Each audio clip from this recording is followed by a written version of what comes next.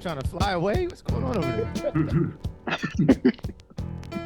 All right, so we're going to talk about the Interlude. This is pre-release right now. How did the Interlude as a project come to your mind or come to fruition?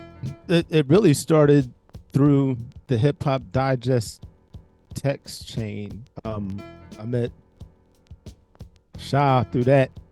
We used to do this thing called Snare Slap Saturdays, where all the producers would just throw up beats on Saturdays, and I liked what I was hearing from him, so I had him on the side, like, hey, let's work on something. And it started as a song, actually Mini Zippers. Dragon's Pitchfork, aka Yukon Black. You got the soft money. Let me talk to him. Look, landscape. Mentally shapeshift. Yukon Black, I'm product, nothing to play with. $1 to spit, I'm type sick. Was born at 609, but spend time in 215. Get the gist to explain my bandwidth. Tape is Caesar, some cargo pants to Stan Smith. Still, mumble exists, dying. Vulcan embargo, if it dies, like Drago hitting Apollo. Word, not to brag, but on microphones and bass. Something like Crew Jones race on the hell track and rad. If you want this work, you can get it whenever. Mini zippers, less prone to buckle under pressure. If you want this work, you can get it whenever. Just kind of more from there. So, but yeah, that's pretty much how it came about, and then it just kind of grew from there as GRYSKLL kind of formed and grew a bit.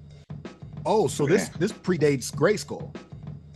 Yeah, this Mini Zippers, we were trying to figure this out earlier. I think is 2019 when we did Mini Zippers. So yeah, it definitely predates GRYSKLL. Did you already have an idea that you wanted to do something, like make a project? Were you actually actively looking for different producers, or is this something that just came about? So yes to both of those, right? So like, as a part of Black Mavericks, Alex and I had we were working on Commercial Break at that time. But I go back and forth in this solo thing where I'm like, I should do it, I shouldn't do it. And through COVID, kind of reels on Instagram had gotten real popular. So, Sha was posting beats, and like every day I'm rhyming to a beat. And I'm like, we should just go ahead and really do this project. So that's really kind of the catalyst. And I wanted to do it all with his beats, as opposed to how I've done other projects where I've got beats from a number of different people. I wanted it to be all Yukon Black or Pitchfork, depending on when you were introduced to him beats. So right, okay, so that's what you met him as, was Yukon Black.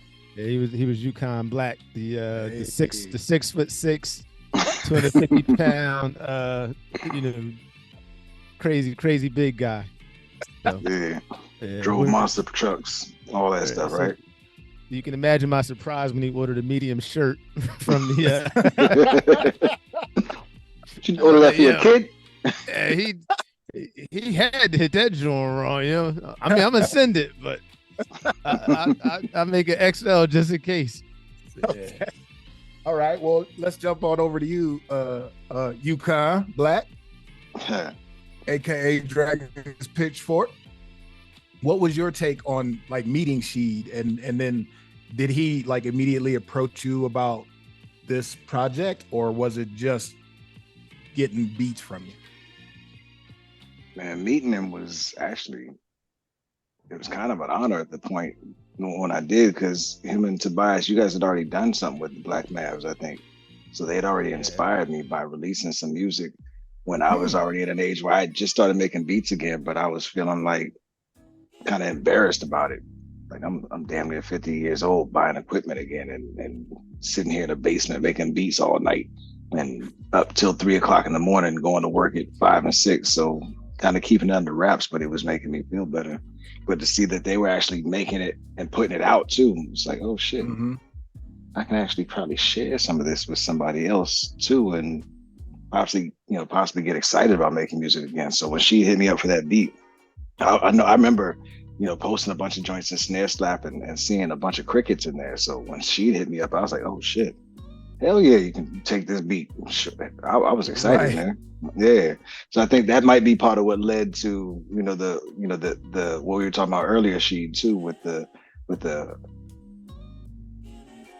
mixtape versus album sounding is I probably had in my head an image of what I expected in some way, shape, or form. And I couldn't tell you what that is. And I'm sure even then I couldn't tell you what it was.